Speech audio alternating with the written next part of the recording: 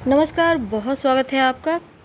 कामदा एकादशी, जिसका उल्लेख विष्णु पुराण में भी मिलता है, रामनवमी के बाद पहली एकादशी है और इस एकादशी को बहुत ही महत्वपूर्ण माना जाता है क्योंकि यह सभी सांसारिक इच्छाओं को पूरा करने वाला एकादशी है। इस बार ये एकादशी तिथि 1 अप्रैल को है। इसी दिन आप व्रत करेंगे। इस व्रत को करने से पारिवारिक समस्याओं से छुटकारा मिलता है। और देखिए, चूँकि इस बार 1 अप्रैल और 2 अप्रैल दोनों ही दिन है। हालांकि 2 अप्रैल की सुबह 4:19 पर एकादशी तिथि समाप्त हो जाएगी, लेकिन जो लोग वैष्णव संप्रदाय के हैं वो 2 अप्रैल को व्रत रखेंगे। एकादशी के दिन कुछ खास प्रयोग किए जाते हैं। आज हम स्वस्तिक का टोटका आपके साथ शेयर करेंगे। देखिए, हिंदू धर्म में किसी भी शुभ कार्य को शुरू करने से पहले स्वस्तिक का चिन्ह बनाकर उसकी पूजा करने का विधान है। मान्यता है कि ऐसा करने से कार्यों में सफलता मिलती है, क्योंकि स्वस्तिक के चिन्ह को मंगल का प्रतीक भी माना जाता है।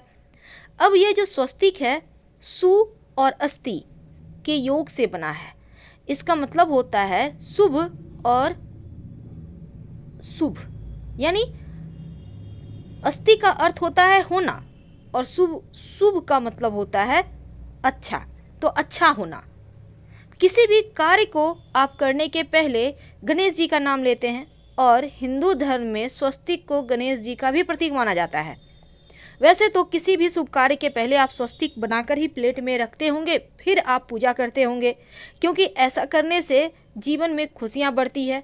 जिस तरह से स्वस्तिक के 4 प्रकार की रेखाएं हैं स्वस्तिक में, और इसका आकार भी एक ही होता है, एक समान, लेकिन असल में स्वस्तिक का यह चिन्ह क्या बताता है? पौराणिक मान्यता है कि 4 दिशाओं यानी पूरब, पश्चिम, उत्तर, दक्षिण की ओर इशारा ये 4 भुजाएं करती हैं। और हिंदू धर्म में इनको 4 वेदों से जोड़कर देखा जाता है, यानी ऋग्वेद, यजुर्वेद, अथर्ववेद और सामवेद। मान्यता है कि स्वस्तिक की 4 रेखाएं सृष्टि के रचनाकार भगवान ब्रह्मा के 4 सिरों को भी दर्शाती है। और 4 पुरुषार्थ यानी 4 आश्रम, 4 लोक, 4 देवों ब्रह्मा, विष्णु, महेश, गणेश की तुलना भी की गई है।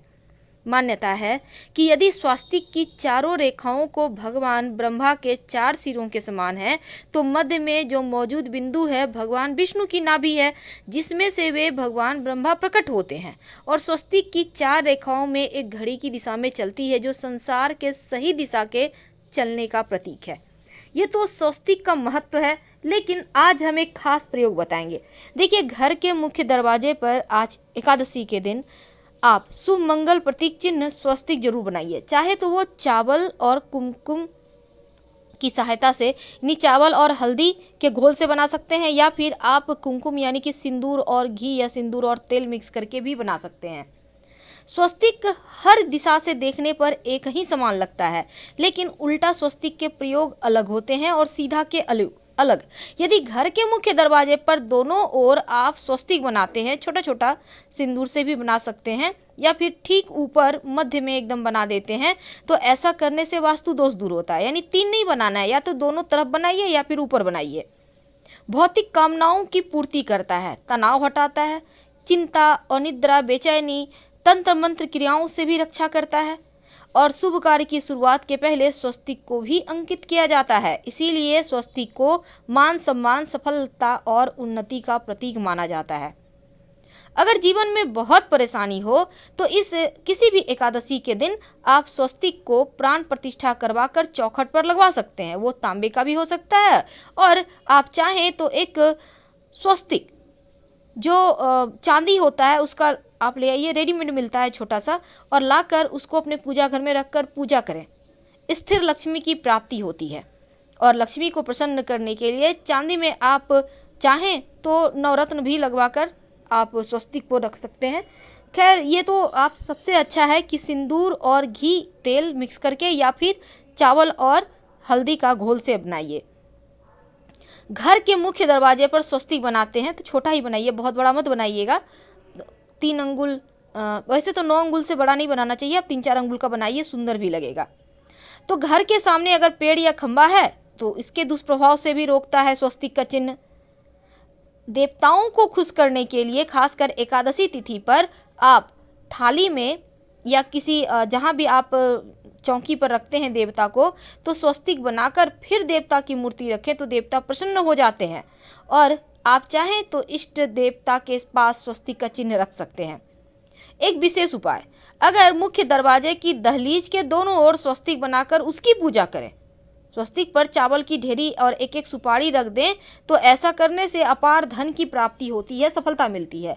इस एकादशी के दिन नहाने के पानी में तुलसी का पत्ता या फिर बेलपत्र डालकर नहाइएगा, क्योंकि इस समय आप जब बेलपत्र डाल देते हैं तो सभी तीर्थ स्थान के पुण्य फल आपको प्राप्त हो जाते हैं।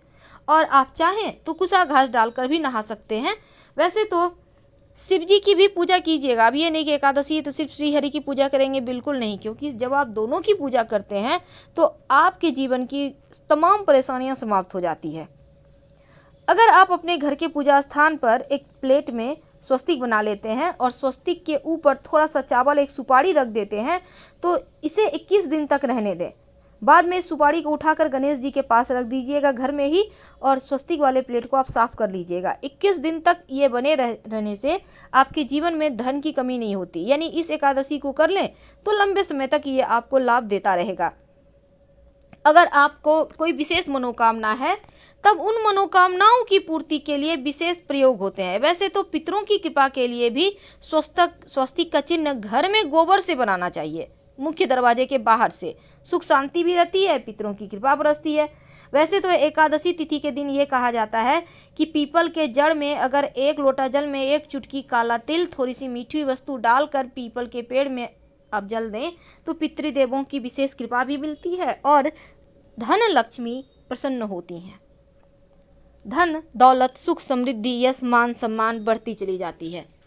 तो ये तो थी स्वस्तिक के कुछ विशेष प्रयोग। लेकिन कई बार होता है लंबे समय से मनोकामना नहीं पूर्ण हो पा रही है, तब इस एकादशी के दिन आप किसी भी पास के मंदिर में के दीवार में जाकर उल्टा स्वस्तिक बना दें, और जब आपकी मन्नत पूरी हो जाए तो जाकर सीधा स्वस्तिक बना दें। सिंदूर से बनाइएगा। तो चलिए आप जानते हैं भगवान श्री हरि की जब आप पूजा करेंगे तो उन्हें 2 हल्दी की गांठ जरूर अर्पित कीजिएगा, और बाद में उस हल्दी की गांठ को पीले कपड़े में लपेट कर रख लीजिएगा। धन की मुश्किलें दूर होगी। पहले से आपके पास रखा हुआ है तो उसको ही फिर से आप रख सकते हैं। आपके पास जो भी चीज़ है, केसर है, कमल का पुष्प है, केला है, गेंदे का पुष्प है, सब कुछ आप उनको अर्पित करें। और विशेषकर आज के दिन आप उनके मंत्रों का खूब जप करें।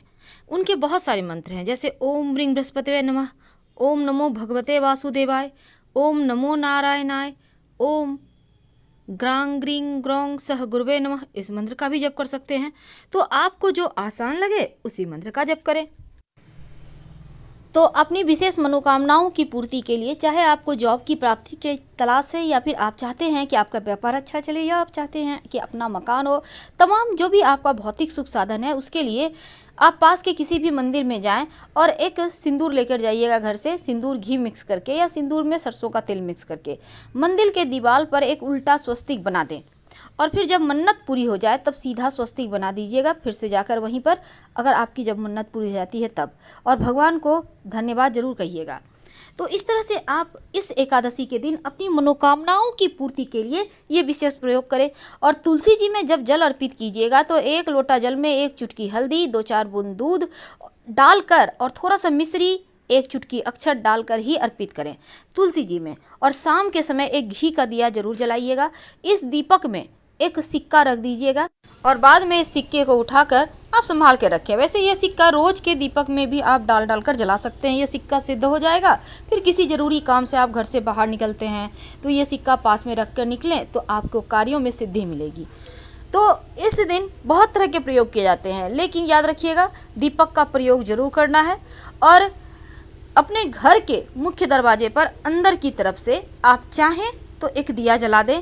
अगर नहीं आप जला पा रहे हैं किसी कारणवश, कम से कम 1 दीपक पास के मंदिर में, 1 दीपक तुलसी के नीचे, 1 दीपक अपने घर के पूजा स्थान। तो एकादशी तिथि प्रारंभ सुबह 4:13 30 नवंबर को होगा और एकादशी तिथि समाप्त 1 दिसंबर की सुबह अर्ली मॉर्निंग 2:13 पर होगा। व्रत तोड़ने के लिए समय 1 दिसंबर को सुबह 7:34 से सुबह 9:02 तक का है। आप इस बीच व्रत तोड़ लें। पारण तिथि हरिवासर समाप्त होने का समय 7:34 है सुबह का। तो इस व्रत को आप जरूर करें, विधि विधान से उनकी पूजा करें और इससे मन भी निर्मल होता है, शरीर भी स्वस्थ होता है और जीवन में सुख शांति आती है। साथ ही भगवान श्री हरि विष्णु के परम धाम का वास प्राप्त होता है, संतान प्राप्ति और आरोग्यवान रहने का भी आशीर्वाद मिलता है। तो भगवान श्री हरि को मनाइए। हम आपसे विदा लेते हैं। हर हर महादेव। जानकारी अच्छी लगे तब लाइक कर सब्सक्राइब जरूर।